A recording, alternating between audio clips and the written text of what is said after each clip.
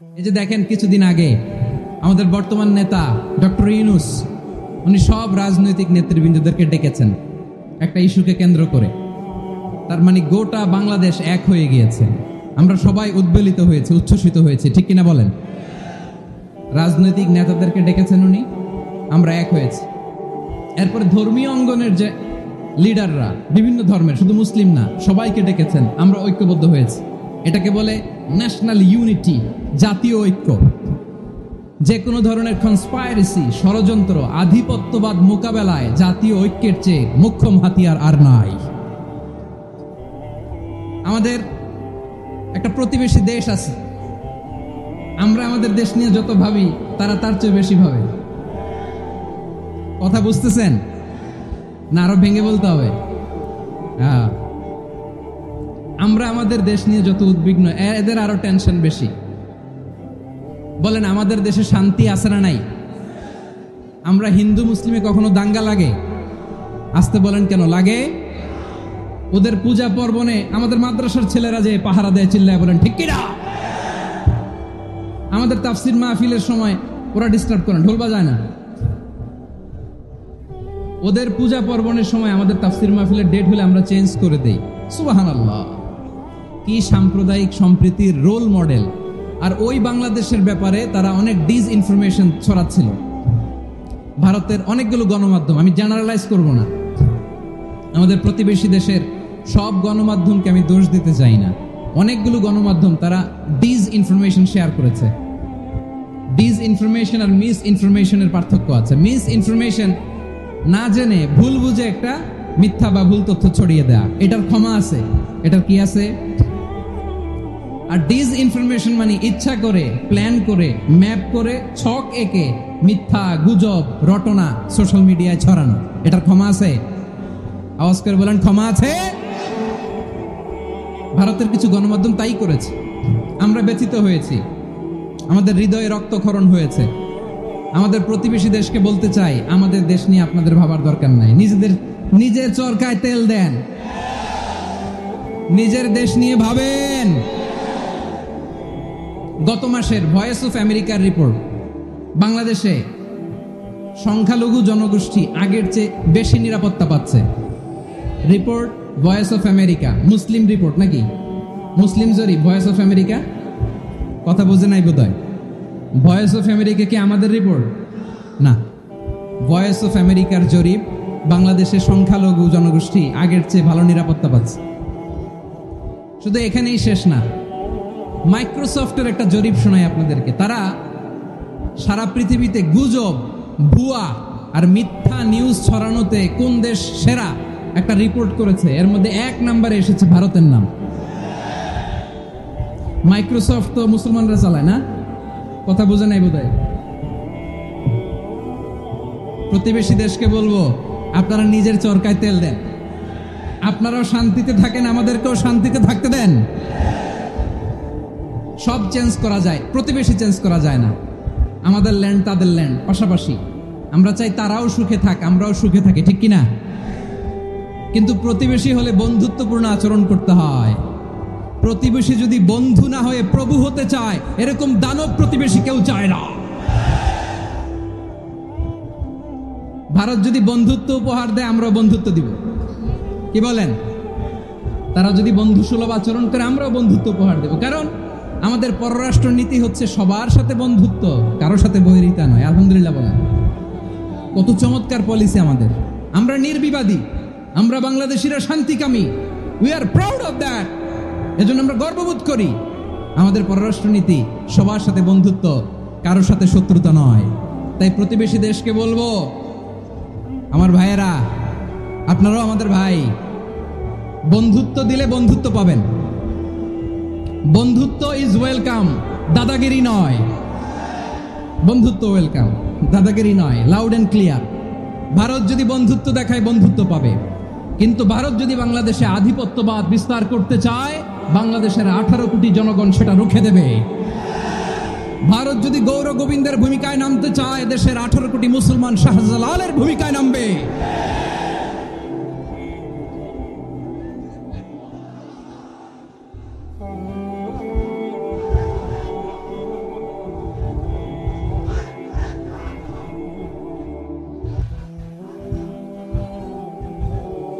প্রিয় ভাইয়েরা, আমরা বন্ধুত্বে বিশ্বাসী, শত্রুতায় নই, ঠিক কিনা বলেন? আল্লাহ আমাদেরকে বোঝার তৌফিক দান করুক। তাহলে এই যে তারা বলেছে এদেশে সংখ্যালঘুরা কষ্টে আছে, দুঃখে আছে, এটা কি ঠিক?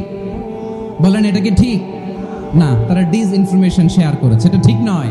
আমার প্রতিবেশী বন্ধু রাষ্ট্রকে বলবো, আপনারা এটা করবেন না, এটা করবেন না। আমরা শান্তিতে আছি, আপনারাও শান্তিতে থাকেন, আমাদেরকেও শান্তিতে থাকতে দেন। এই যে চিটাগাংয়ের অ্যাডভোকেট আলিফ হত্যাকাণ্ডে গোটা বাংলাদেশ আমরা ধৈর্যের পরাকাষ্ঠা দেখিয়েছি, চিল্লায় বলেন ঠিক কিনা? আমাদের নেতা আমাদেরকে ডেকেছে, আমরা শান্ত থেকেছি। আমরা শান্ত থাকতে চাই, আমরা ঐক্যবদ্ধ থাকতে চাই। যে কোনো ষড়যন্ত্র রুখে দেওয়ার জন্য ঐক্যবদ্ধ প্রচেষ্টার কোনো বিকল্প নাই। তাই আজকের আলোচনার ছোট্ট একটা টপিক আমি শিরোনাম ঠিক করেছি, আমাদের জীবনে, সমাজ জীবনে, ধর্মীয় জীবনে, রাষ্ট্রীয় জীবনে ঐক্যবদ্ধ থাকার গুরুত্ব। তাহলে ঐক্যের গুরুত্ব বেশি না কম? বলেন, আওয়াজ করে বলেন। ওয়াতাসিমু বিহাবলিল্লাহি জামিআ, আল্লাহর রশিকে আঁকড়ে ধরো। ওয়ালা তাফাররাকু, তোমরা বিচ্ছিন্ন হয়ো না। পেকুয়ার ভাইয়েরা আওয়াজ করে বলেন তো, আদেশটা কার? এখন বলেন, আমাদের ঐক্যবদ্ধ জীবনের দরকার আছে না নাই? এই যে ডক্টর মোহাম্মদ ইউনূস আমাদের লিডার, উনি যে আমাদেরকে জাতীয় ঐক্যের আহ্বান জানিয়েছে, ওনার আহ্বানে আমাদের সাড়া দেওয়ার দরকার আছে না নাই? রাজনীতিবিদদের যে ডাকছে, খুশি লাগে নাই আপনার? আলেমদের ডাকছে, খুশি লাগে নাই? আলহামদুলিল্লাহ বলবেন না?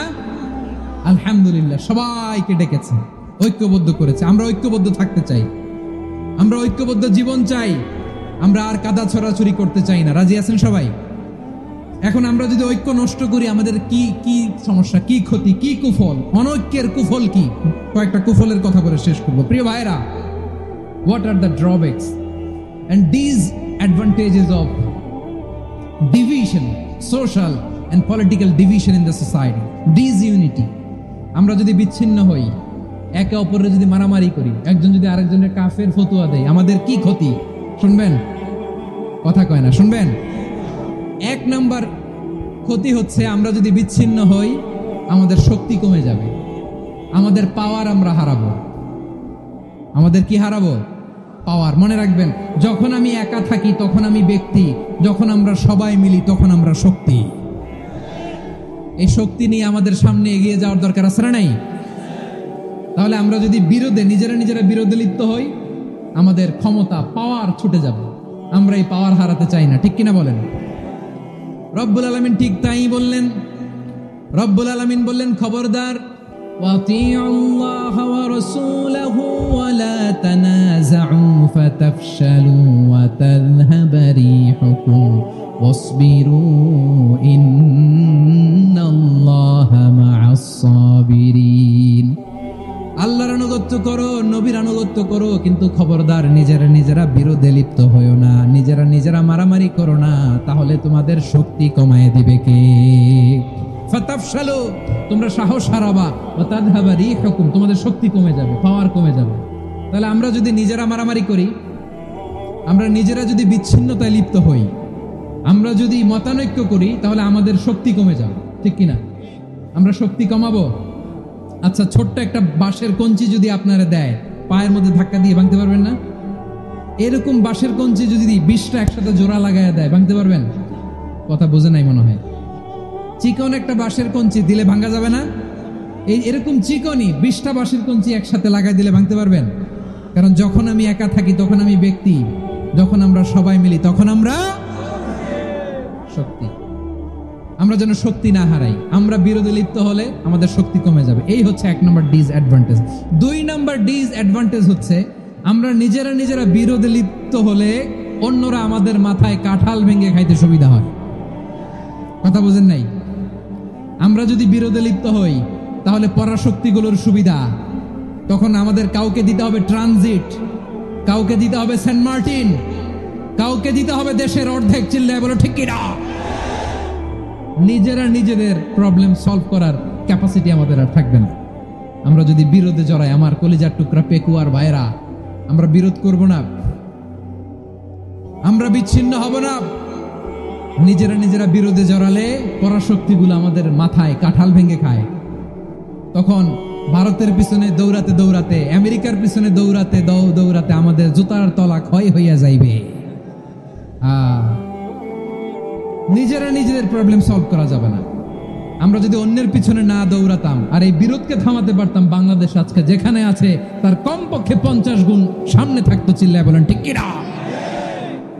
তাহলে 1 নাম্বার ক্ষতি হচ্ছে আমাদের পাওয়ার লেস হয়ে যায়, আমরা দুর্বল হই যদি আমরা বিরোধ করি। 2 নাম্বার হচ্ছে পরাশক্তিগুলোর সুবিধা নেয়। 3 নাম্বার হচ্ছে আমাদের উন্নয়ন, দেশের উন্নতি, অগ্রগতি এটা স্থবির হয়ে যায়, এটা বাধাগ্রস্ত হয়। প্রিয় ভাইয়েরা, ইউনিটি, ঐক্য হচ্ছে একটা দেশের উন্নয়নের মূল ভিত্তি। 2 জন কইছে ঠিক, এদিকে এখন কয়েকজন কইছে ঠিক। ঐক্য হচ্ছে একটা দেশের, জাতীয় ঐক্য হচ্ছে কোন দেশের উন্নয়ন অগ্রগতির মূল ভিত্তি, ঠিক কিনা বলেন? ইউনিটি অফ এ কান্ট্রি, এটা হচ্ছে একটা সাস্টেইনেবল ডেভেলপমেন্ট, সোশ্যাল স্ট্যাবিলিটির জন্য এটা অনেক গুরুত্বপূর্ণ।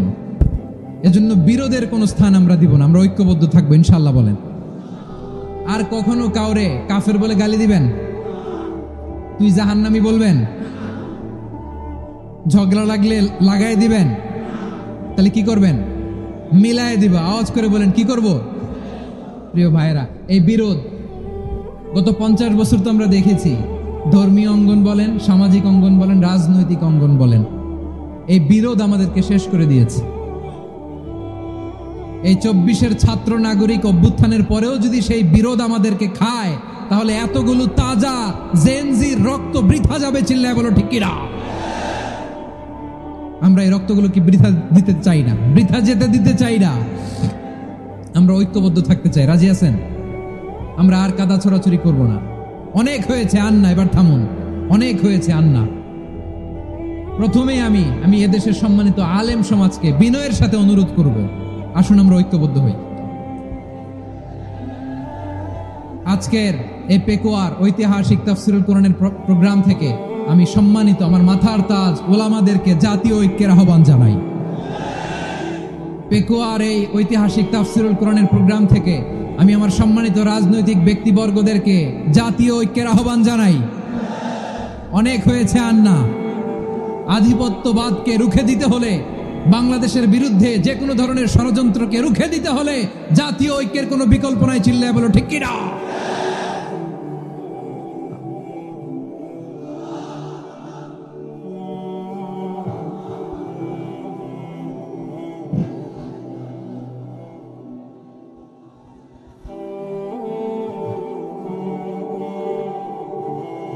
আমার প্রিয় ভাইয়েরা, আমার ভাইয়েরা,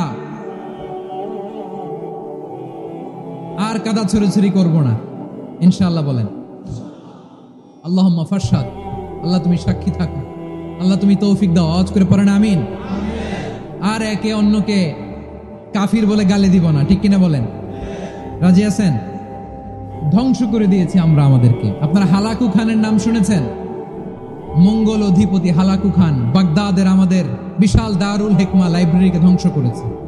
10 লক্ষ মুসলমানদেরকে কচুকাটা করে গণহত্যা করেছে। জানেন, আমাদের সভ্যতা সূতিকাগারের কেন্দ্রবিন্দু ছিল বাগদাদ। ইরাকের বাগদাদে যেদিন সে রক্ত নিয়ে হোলি খেলা করে, রক্তের হোলি খেলা যেদিন হয়, ওই দিনও বাগদাদে বাহাস চলতেছিল। আমাদের বাহাস কি চলতেছিল? আপনাদের এলাকায় বাহাস আছে? এই প্রচলিত বাংলাদেশে যে বাহাস, এটার সাথে ইসলামের কোনো সম্পর্ক আছে? এই পর্যন্ত বাহাসের পরে পরাজয় বরণ করছে এরকম কোন দল আপনারা পাইছেন? আমি পাই নাই। প্রত্যেক দলই বাহাসের পরে সংবাদ সম্মেলন করে বলে, আমরা জয়লাভ করিয়াছি, ওনারা পালাইয়া চলিয়া গিয়াছেন। আছে না নাই? কারণ সত্য জানার জন্য, সত্য মানার জন্য আসে না তো, নিজের জ্ঞান জাহির করার জন্য বাহাস করে। বিপক্ষ দলের আলেমকে ছোট করার জন্য বাহাস করে। এই বাহাসের স্থান ইসলামে নাই। চিল্লায় বলো ঠিক কিনা? এই সমস্ত বাহাসের দিন শেষ, ঐক্যবদ্ধ হওয়ার বাংলাদেশ। প্রিয় ভাইরা, হালাকু খান সে দারুল হিকমা লাইব্রেরি জ্বালিয়ে পুড়িয়ে এই সব দামি দামি বইগুলো, আমাদের দামি দামি ঐতিহাসিক তুরাসি ক্লাসিক বইগুলোকে দজলা নদীতে ফেলেছে। পুরা দজলা নদী কালো হয়ে গিয়েছে। 10 লক্ষ মুসলমানকে গণহত্যা চালিয়ে এই রক্তের বন্যা যখন দজলা নদীর পানিতে মিশে গিয়েছে, দজলা নদীর পানি লাল হয়ে গিয়েছে। যেই দিন বাগদাদে গণহত্যা চলে, ওই দিনও বাগদাদে বাহাস চলতেছিল। কিসের বাহাস জানেন? মেসওয়াক, ডান মারি থেকে করা সুন্নাহ, এটা আমরা জানি। এখন কি উপরের মারি না নিচের মারি? বাহাসের বিষয়। এই বাহাস করবেন আপনারা। বিশ্ব যখন এগিয়ে চলেছে, আমরা তখন বসে বিবি তালাকের ফতুয়া খুঁজেছি কোরআন হাদিস চষে। তালাক ইসলামের অনেক গুরুত্বপূর্ণ অনুষঙ্গ। তালাক কোরআনের একটা সূরা। কিভাবে তালাক হবে না হবে আমাদের ফুকাহায়ে একরাম, আমাদের আকাবেররা সব বলে গিয়েছে, সব জানা। আপনি হয় এটা মানবেন নয় ওইটা নিয়ে বাহাসের দরকার নাই, ওইটা নিয়ে মারামারির স্থান ইসলামে নাই। আওয়াজ করে বলেন ঠিক কিনা? এখন পেকুয়ার ভাইরা, শেষ কথা বলি, আওয়াজ করে বলেন আমরা ঐক্যবদ্ধ হতে চাই কি চাই না? চান? এই যে আমি বিনয়ের সাথে আলেম সমাজকে জাতীয় ঐক্যের আহ্বান জানালাম, এটার সাথে আপনারা সংহতি প্রকাশ করেছেন? বিনয়ের সাথে আজকের এই পেকুয়ার ময়দান থেকে আমাদের রাজনৈতিক নেতৃবৃন্দদেরকে জাতীয় ঐক্যের আহ্বান জানাই, আপনারা সংহতি প্রকাশ করেছেন?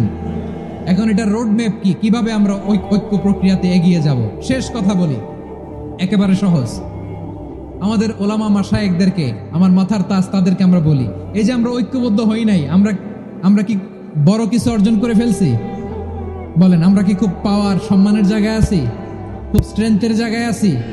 তো কিছুই তো নাই। আপনি ঐক্যবদ্ধ হইলে সমস্যা কোথায়? এমন তো না ঐক্যবদ্ধ না হওয়ার কারণে এতদিন আপনার অনেক কিছু ছিল, ঐক্যবদ্ধ হলে আপনি হারাবেন, এমন তো না। তো কিছুই যেহেতু আপনার নাই, আমার নাই, ঐক্যবদ্ধ হলে আমরা সমস্যা কোথায়? ঐক্যবদ্ধ হয়েই দেখি না, ঠিক কিনা? ঐক্যবদ্ধ হওয়ার দুইটা ওয়ে। রাজনৈতিক ঐক্য কিভাবে হবে? রাজনৈতিক সম্মানিত নেতারা ঠিক করবে। আলেমরা কিভাবে ঐক্যবদ্ধ হবেন? শেষ কথা বলে শেষ করছি, খুব গুরুত্বপূর্ণ। This is the punching line. এদিকে তাকান। ঐক্য হবে দুইটা পদ্ধতিতে। একটা হচ্ছে কমন গ্রাউন্ড নিয়ে, বেসড অন কমন গ্রাউন্ড। যেমন ধরেন, আমরা নামাজ কায়েম করতে চাই, জামাত ইসলাম এই কথার উপর একমত আছে না নাই? নামাজ কায়েম হোক, একমত না জামাত ইসলাম? হেফাজত একমত না? ইসলামী আন্দোলন একমত না? তাবলীগের ভাইয়েরা একমত না? পীরের মুরিদেরা একমত না? আপামর তাওহীদি মুসলিম জনতা একমত না? তাহলে নামাজ কায়েম করতে হবে, নামাজ কায়েম করতে হবে এই কমন গ্রাউন্ডে আমরা সবাই একমত, ঠিক কিনা? যাকাত আদায় করতে হবে, সবাই একমত, ঠিক কিনা? কথা নাই, কথা নাই। যাকাত আদায় করতে হবে, সবাই একমত, ঠিক কিনা? নারীদের পর্দা করতে হবে, শালীন পোশাক পরতে হবে, একমত সবাই, ঠিক কিনা? বৈষম্য বিরোধী বাংলাদেশ চাই, সবাই একমত, ঠিক কিনা?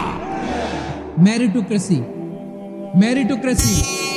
আর কোন মামা চাচার ফোনে পদ দিলে হবে না, মেধার ভিত্তিতে সবগুলো পদ ঠিক করতে হবে। চিল্লায় বলো ঠিক কিনা? আমরা একমত না? স্বাধীনতা সার্বভৌমত্বের প্রশ্নে আমরা সবাই একমত, ঠিক কিনা? আমার নবীরে গালি দিলে রাষ্ট্রীয়ভাবে সর্বোচ্চ শাস্তি তার নিশ্চিত করতে হবে, ঠিক কিনা? এরকম 10টা কমন গ্রাউন্ড আমাদেরকে, 1 2 10টা কমন গ্রাউন্ডে আমরা সবাই এক। এই 10টা কমন গ্রাউন্ডকে সামনে রেখে বিশাল জনসমাবেশ করেন সোহরাওয়ার্দীর ময়দানে, সবাই আসেন। জামাত ইসলাম, হেফাজতে ইসলাম, ইসলামী আন্দোলন, পীরের মুরিদ, তাবলীগ, খেলাফত মজলিস, সবাই একসাথে হন। তাহলে সবাই জানবে যে এই 10টা বিষয়ে আমরা একমত। বলেন, এই ঐক্যতে আপনার দরবার যাবে? দরবার নষ্ট হবে? আপনার দল নষ্ট হবে? যে কোনো মহাসমাবেশকে সেই দিনের মহাসমাবেশ ছাড়িয়ে যাবে। চিল্লায় বলো ঠিক কিনা?